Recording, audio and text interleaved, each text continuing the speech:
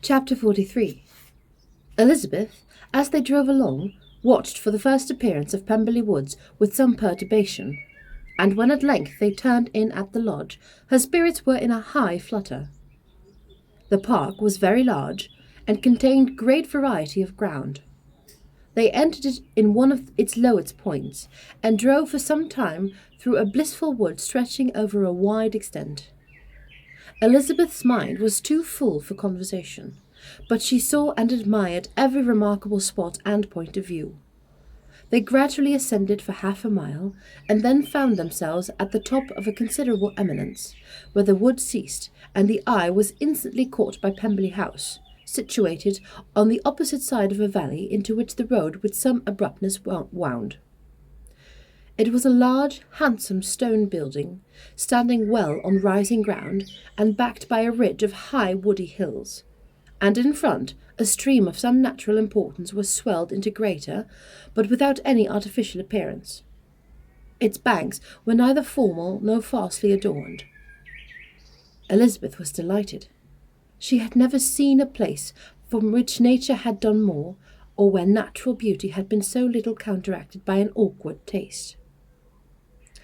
They were all of them warm in their admiration, and at that moment she felt that to be mistress of Pemberley might be something. They descended the hill, crossed the bridge, and drove to the door, and, while examining the nearer aspect of the house, all her apprehension of meeting its owner returned. She dreaded lest the chambermaid had been mistaken. On applying to see the place, they were admitted into the hall, and Elizabeth, as they waited for the housekeeper, had leisure to wonder at her being where she was. The housekeeper came, a respectable-looking elderly woman, much less fine and more civil than she had any notion of finding her. They followed her into the dining parlour.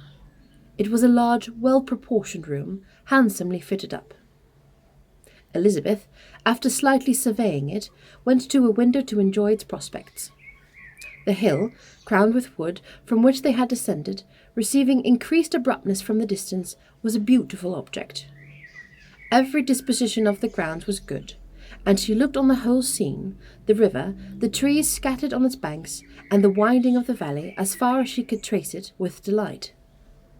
As they passed into other rooms, these objects were taking different positions, but from every window there were beauties to be seen. The rooms were very lofty and handsome, and their furniture suitable for the fortune of their proprietor. But Elizabeth saw, with admiration of his taste, that it was neither gaudy nor uselessly fine, with less of splendour and more real elegance than the furniture of Rosings. Of all this place, thought she, I might have been mistress. With these rooms I might now have been familiarly acquainted. Instead of viewing them as a stranger, I might have rejoiced in them as my own, and welcomed them as my visitors, my uncle and aunt.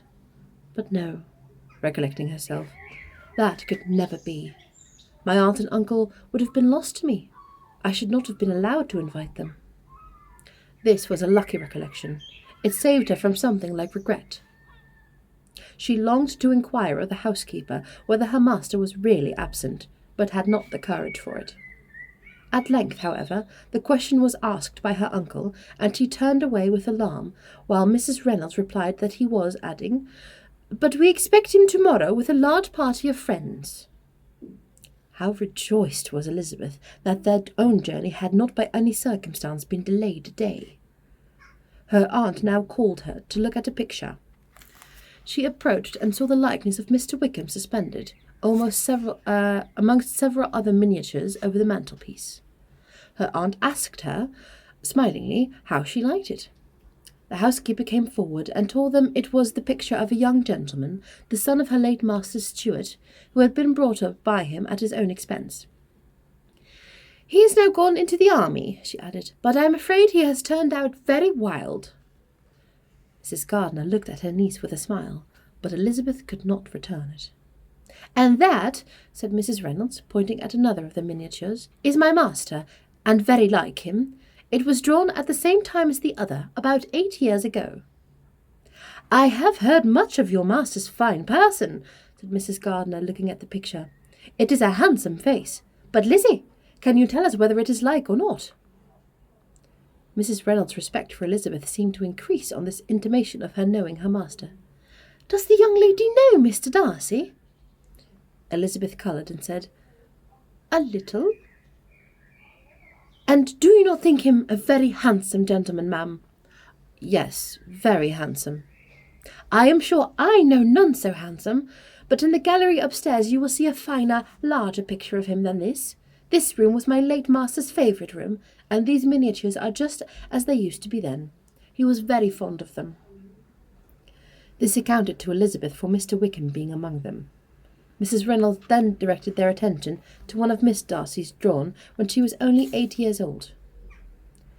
"And is Miss Darcy as handsome as her brother?" said Mr. Gardiner. "Oh, yes, the handsomest young lady that ever was seen, and so accomplished. She plays and sings all day long. In the next room is a new instrument just come down for her, a present from my master. She comes here tomorrow with him." Mr. Gardiner, whose manners were easy and pleasant, encouraged her communicativeness by his questions and remarks.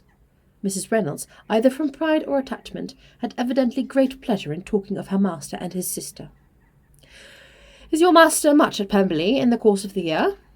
"Oh, not so much as I would wish, sir, but I dare say he may spend half his time here, and Miss Darcy is always down for the summer months." "Except," thought Elizabeth, "when she goes to Ramsgate."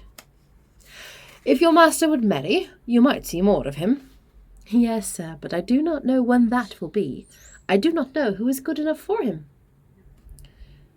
Mr. and Mrs. Gardiner smiled.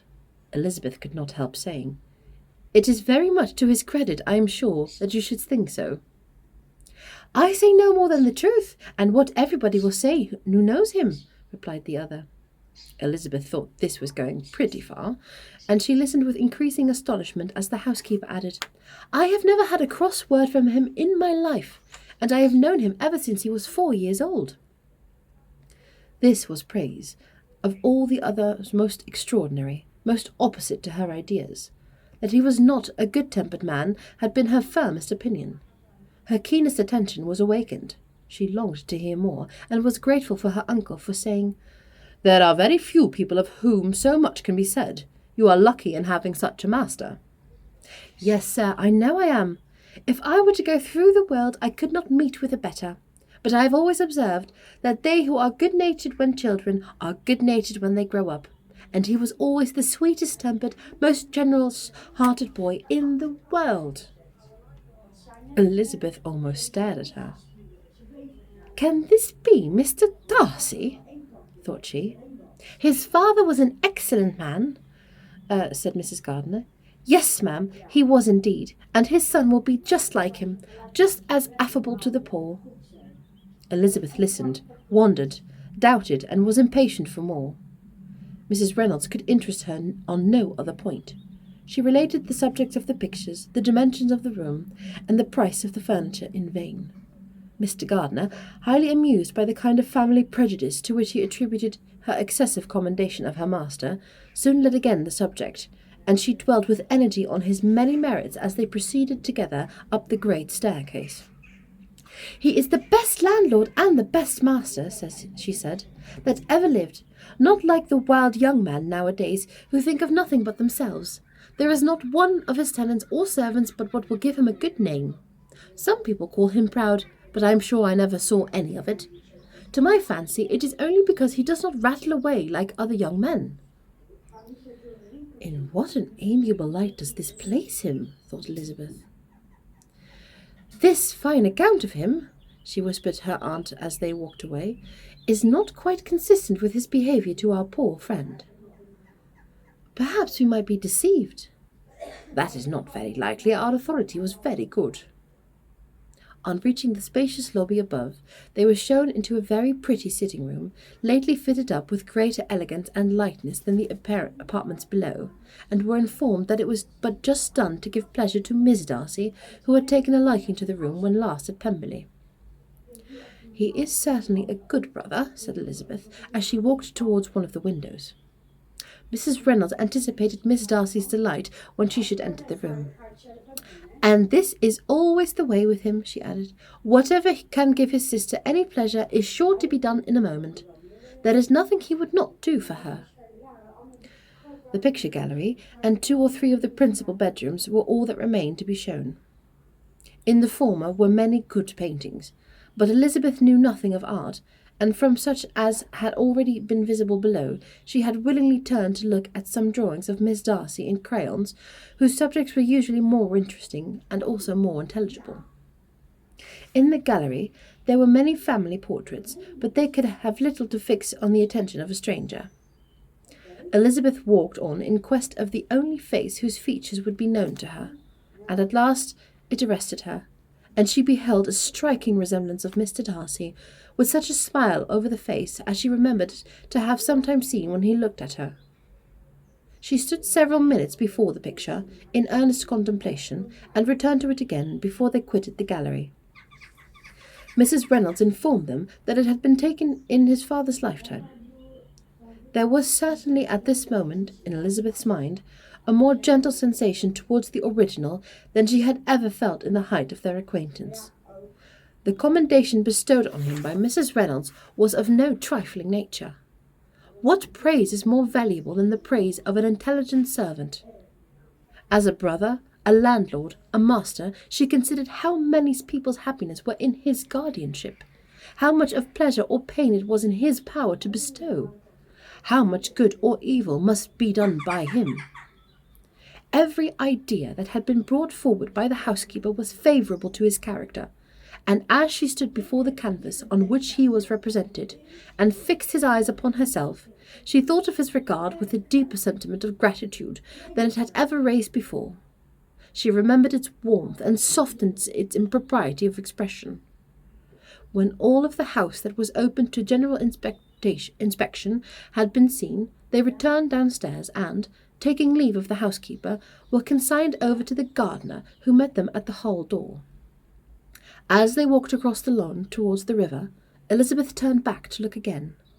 Her uncle and aunt stopped also, and while the former was conjecturing as to the date of the building, the owner of it himself suddenly came forward from the road which led behind to the stables.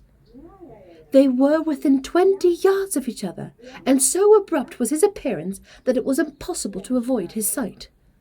Their eyes instantly met, and the cheeks of each were overspread with the deepest blush.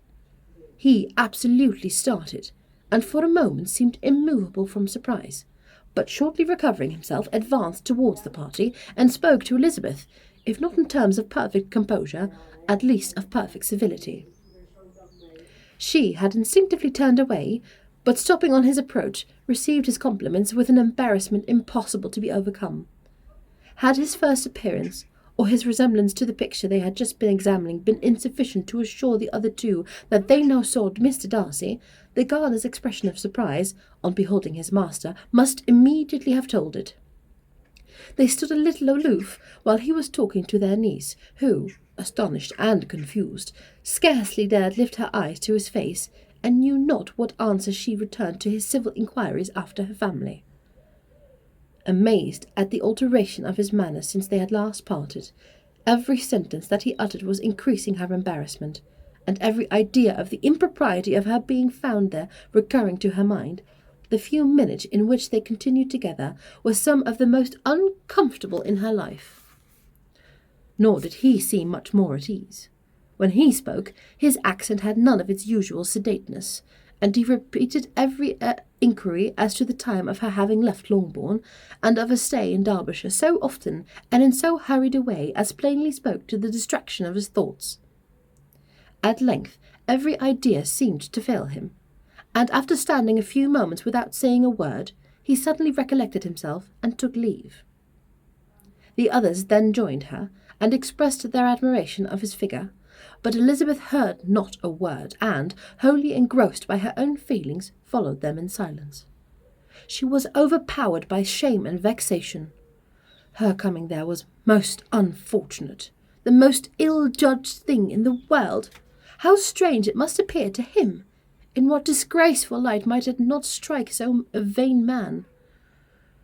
It might seem as if she had purposely thrown herself in his way again. Oh, why did she come? Or why did she thus come a day before he was expected? Had they been only 10 minutes sooner, they should have been beyond the reach of his discrimination, for it was plain that he was that moment arrived, and that moment alighted from his horse or his carriage. She blushed again and again over the perverseness of the meeting, and his behaviour so strikingly altered. What could it mean? That he should even speak to her was amazing. But to speak with such civility, to inquire after her family. Never in her life had she seen his manners so dignified.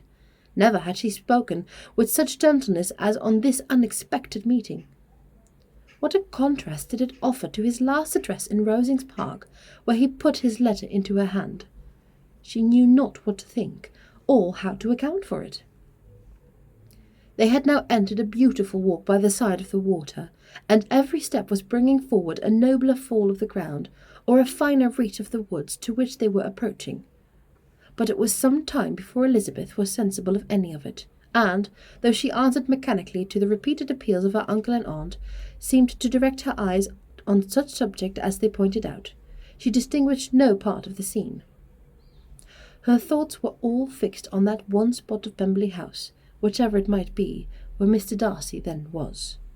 She longed to know what at that moment was passing in his head, in what manner he thought of her, and whether, in defiance of everything, she was still dear to him. Perhaps he had been civil only because he felt himself at ease, yet there had been that in his voice which was not like ease. Whether he had felt more of pain or pleasure in seeing her, she could not tell, but he certainly had not seen her with composure.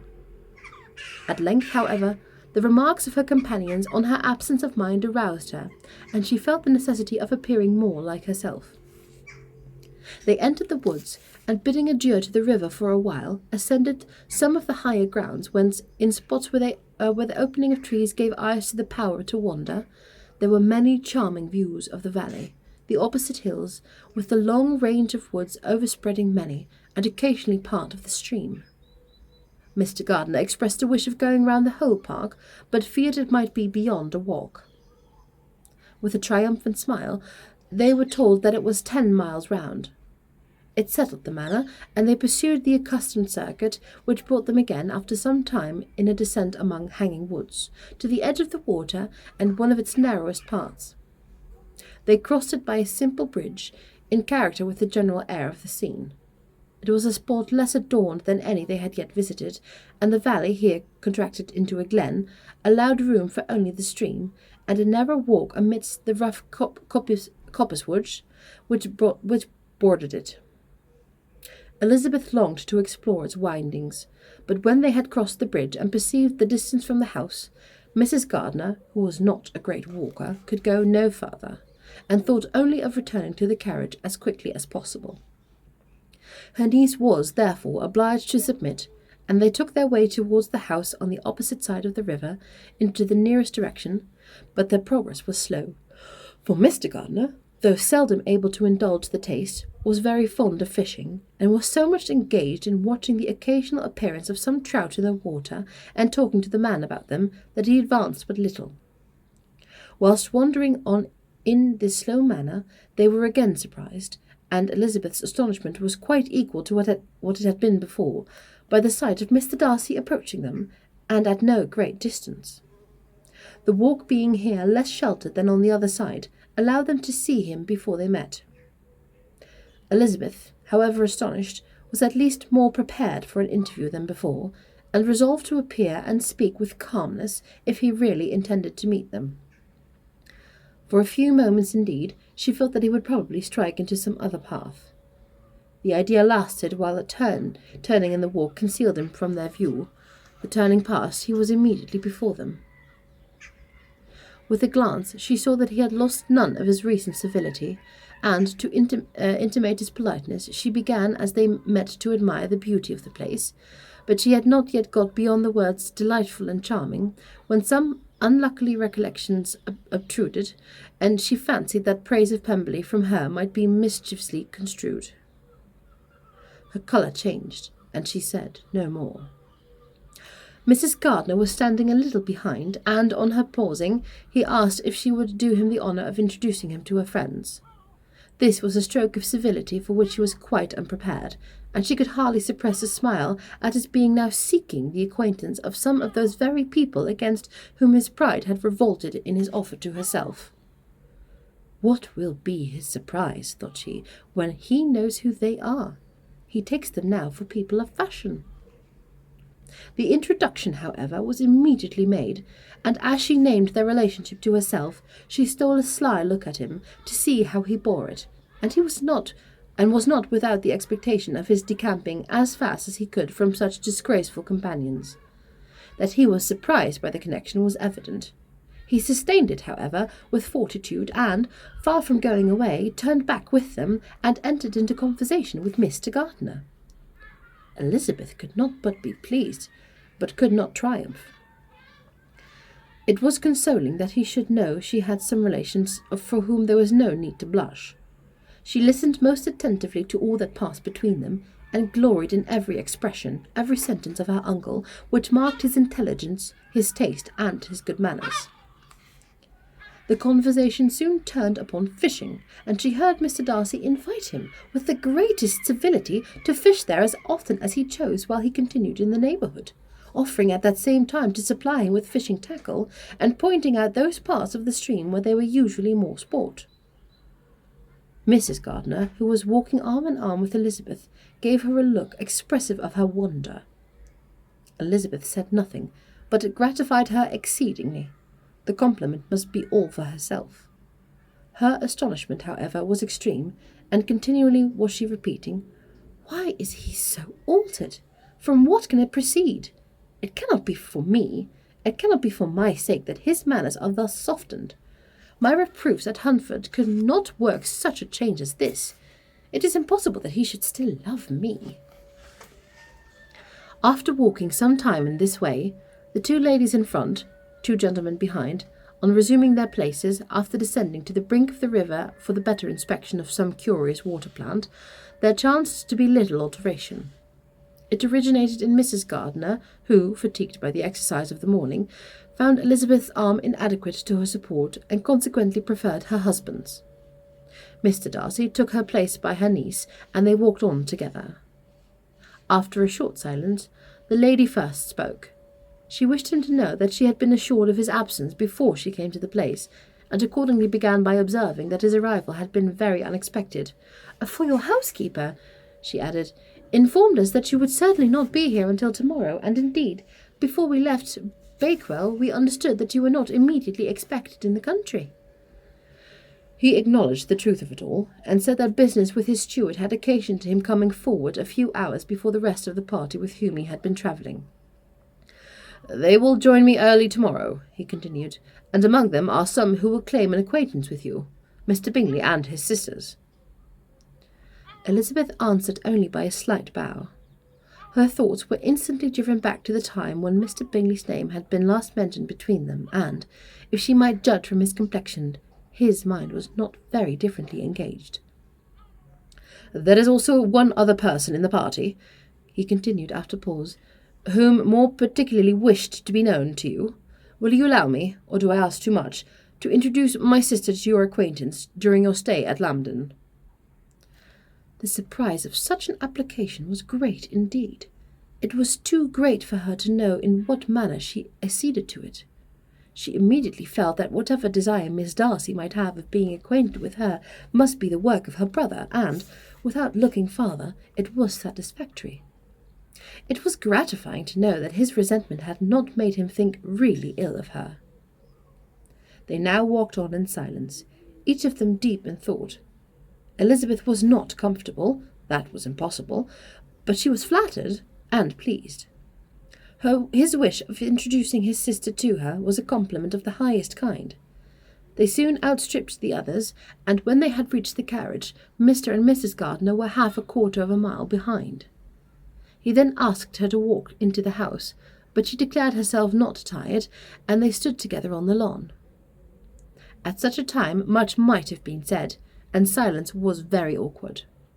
She wanted to talk, but there seemed an embargo on every subject. At last she recollected that she had been travelling, and they talked of Matlock and Dovedale with great perseverance. Yet time and her aunt moved slowly, and her patience and her ideas were nearly worn out before the tete-a-tete was over. On Mr. and Mrs. Gardiner's coming up, they were all pressed to go into the house and take some refreshment, but this was declined, and they parted on each side with the utmost politeness. Mr. Darcy handed the ladies into the carriage, and when it drove off, Elizabeth saw him walking slowly towards the house. The observations of her uncle and aunt now began, and each of them pronounced him to be infinitely superior to anything they had expected. "He is perfectly well behaved, polite, and unassuming," said her uncle. "There is something a little stately in him, to be sure," replied her aunt, "but it is confined to his air, and is not unbecoming. I can now say with the housekeeper that though some people may call him proud, I have seen nothing of it." "I was never more surprised by this behaviour to us. It was more than civil. It was really attentive. And there was no necessity for such attention. His acquaintance with Elizabeth was very trifling." "To be sure, Lizzie," said her aunt, "he is not so handsome as Wickham, or rather, he has not Wickham's countenance, for his features are perfectly good. But how came you to tell me that he was so disagreeable?" Elizabeth excused herself as well as she could, said that she had liked him better when they met in Kent than before, and that she had never seen him so pleasant as this morning. "But perhaps he may be a little whimsical in his civilities," replied her uncle.